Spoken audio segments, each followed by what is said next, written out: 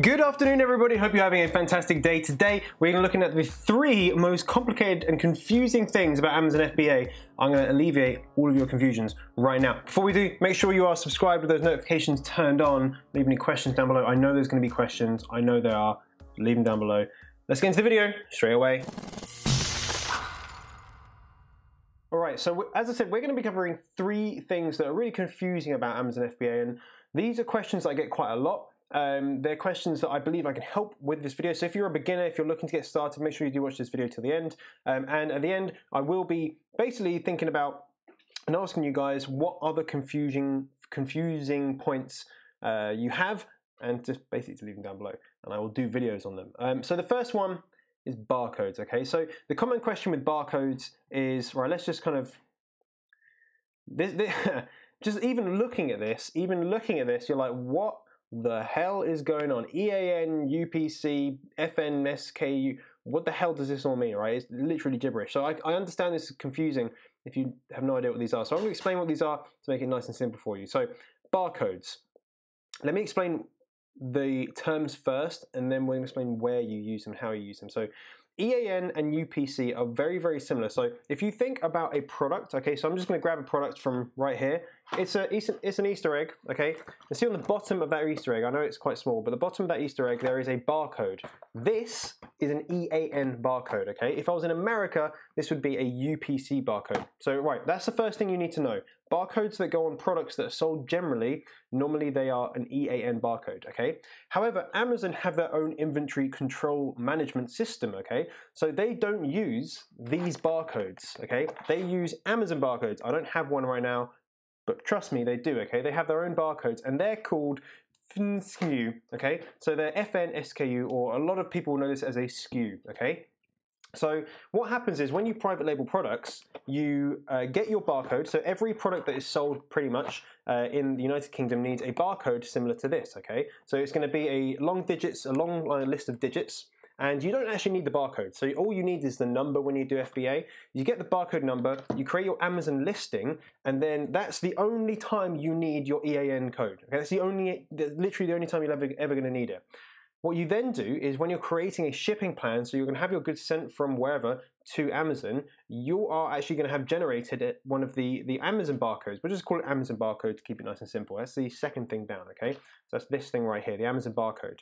So what you're going to do, different to maybe what Mars has done, is you're going to have your Amazon barcode here. So when your product is sent to Amazon, they're going to scan it with their inventory control system, and they're going to know exactly what it is. They're going to know where it's going, who it's associated to, and everything's going to be good. If you sent them, okay, inventory with EAN barcodes on, they're going to go, we can't deal with that. So we're going to charge you 15 pence a unit to have our barcodes put on it. Okay, so you don't want to do that because your suppliers, they're going to do it for free. Like, they never charge to add barcodes onto a product because they know that it's required. Everyone needs it. It's just part of the cost. So say, for example, you were doing retail arbitrage and you were actually selling these, or you got loads of these, right, cheap, then what you would need to do is you would need to cover these labels, right, these EAN labels, with your Amazon barcode before you send them into Amazon. So that's what people that do retail arbitrage, that's what they do. That's like need label printers and stuff like that. So hopefully that makes barcodes nice and easy. Where to put them? You put them on the product, okay? You put them on the product, on the box, on the poly bag, but somewhere where it's easily scannable. It's not under a piece of material so that Amazon can't scan it with their barcode readers. Nice and easy, okay? Barcodes, tick, done. Not confusing anymore. So costs. This is a big one. How much costs are there in doing a private labeling Amazon FBA? So I'm just going to tell you. I'm going to tell you nice and easily. Costs. The first thing, unit cost. Well, how much is your unit cost? £2, like, who knows? But the unit cost is just the beginning, okay? It's the tip of the iceberg. The next thing, I'm just going to show you all of these, okay? So the next thing, don't want to give it all away. The next thing is your extras, so like any accessories you're bundling it with, things like packaging, things like labeling, branding. So let's go over these things. So your extras might include a bundled item, so accessories. It could include extra parts. It could include product inserts, so like, instructions and things like that. It might include packaging, so boxing, bags, that sort of stuff. And then having your label, your actual private label brand put onto those products, onto the packaging, onto the instructions, everywhere where you can have it put. Okay, so all of those will cost money. You're not going to get it for free. They're all going to cost money. So that's going to go into your costs. The next few things, tax. So in the UK, if you're importing into Europe, you'll be paying 20% VAT. And that is taken up. I'll explain in a minute. You have duty, customs duty. So when you import goods. Now I'm going to be talking about the UK specifically. When you import goods into the UK, you need to declare them to customs, and you will pay a percentage depending on what the commodity code is. So every single product type has a commodity code. It's like, what type of product is this, and what sort of tax are we going to tax people on?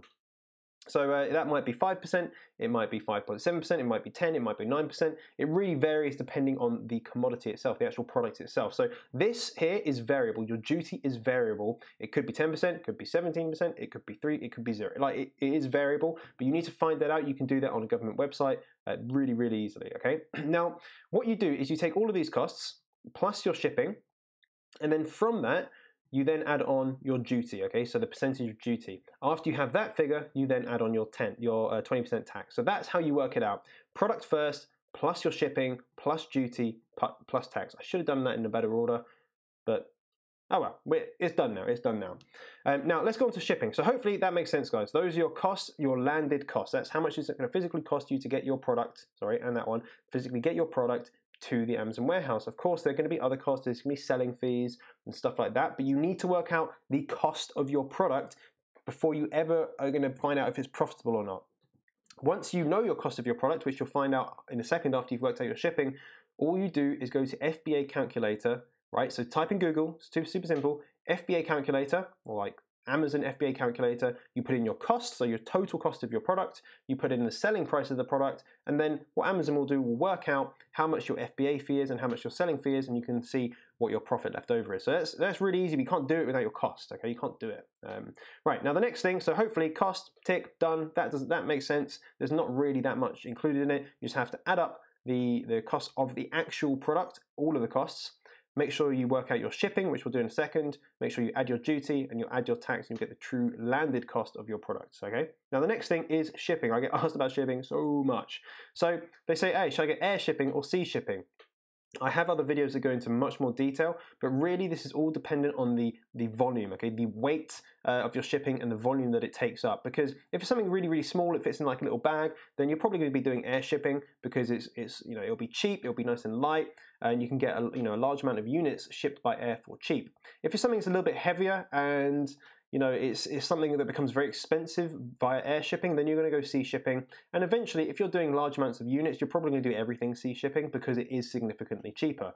So what you're going to need to do, if you have a product that is particularly heavy, it's like 1 kilogram or more, then you're probably going to end up doing sea shipping. So just bear that in mind when you're getting your costs. If you're asking your supplier, right, you're working out your shipping costs, and it's a kind of a big product, it's quite heavy, and you ask for air shipping, and they give you a really, really high price, ask for sea shipping, okay? Ask them how much that will be.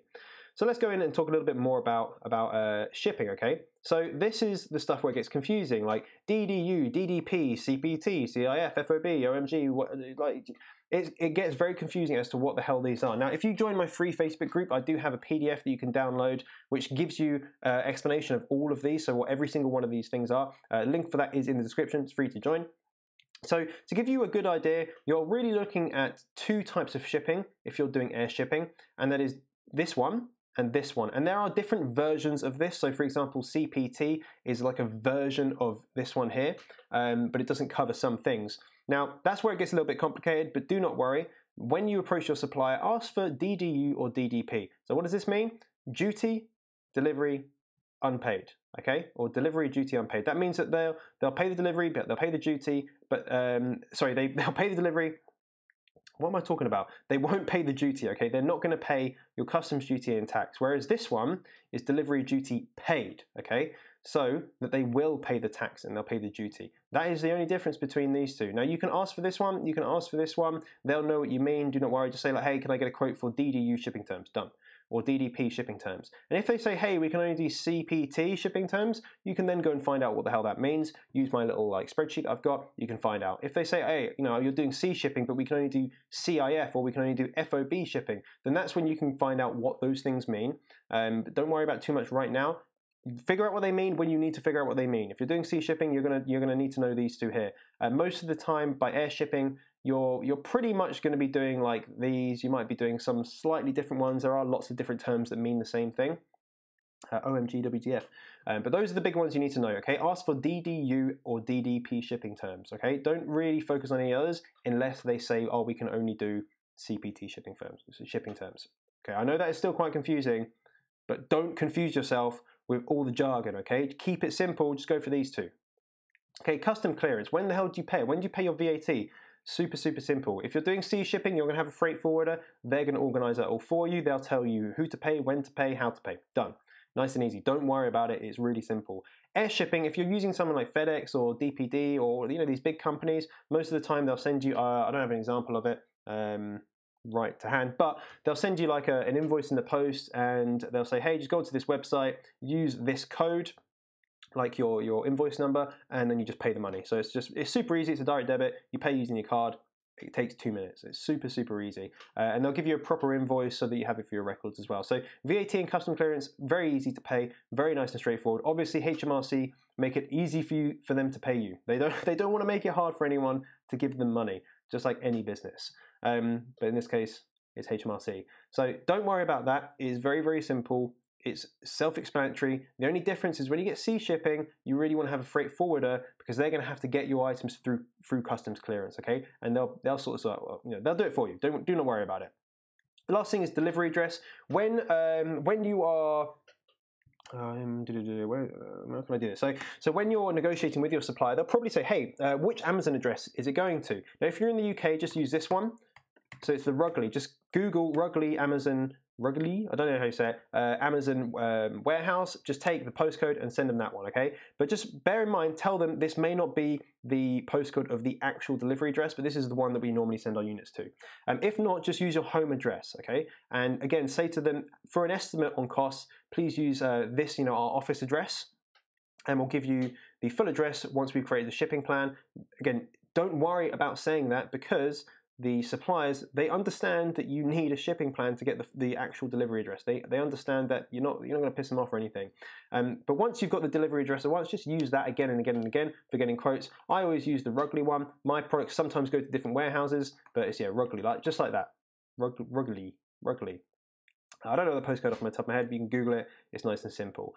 Once you create your shipping plan on Amazon, you will get the actual delivery address and you'll get your shipping labels. So make sure if they're different, bloody hell, make sure you tell them. But you're going to send them your shipping labels anyway. They're going to go on the packaging and then it should all be sorted. So hopefully, guys, that all makes sense. Now, I understand there are more confusing things about Amazon, but these are the ones I get asked about most. What I'd like you to do, if anything didn't make sense and you want me to do a video on basically one of these as a whole, then leave a comment down below and I'll make that happen. But also, if you'd like me to go over anything else that you find quite confusing or you see people ask questions about quite a lot, again, leave it down in the comments. I will make sure we get that video out there for you guys. But there we go, barcodes, hopefully nice and simple now.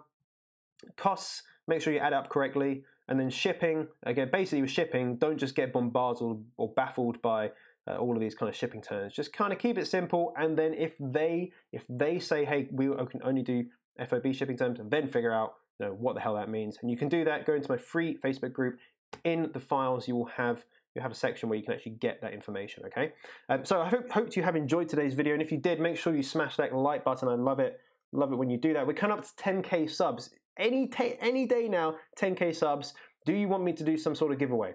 Do you want me to do that? You're probably nodding your head. Let me know down below. I won't do it unless you let me know.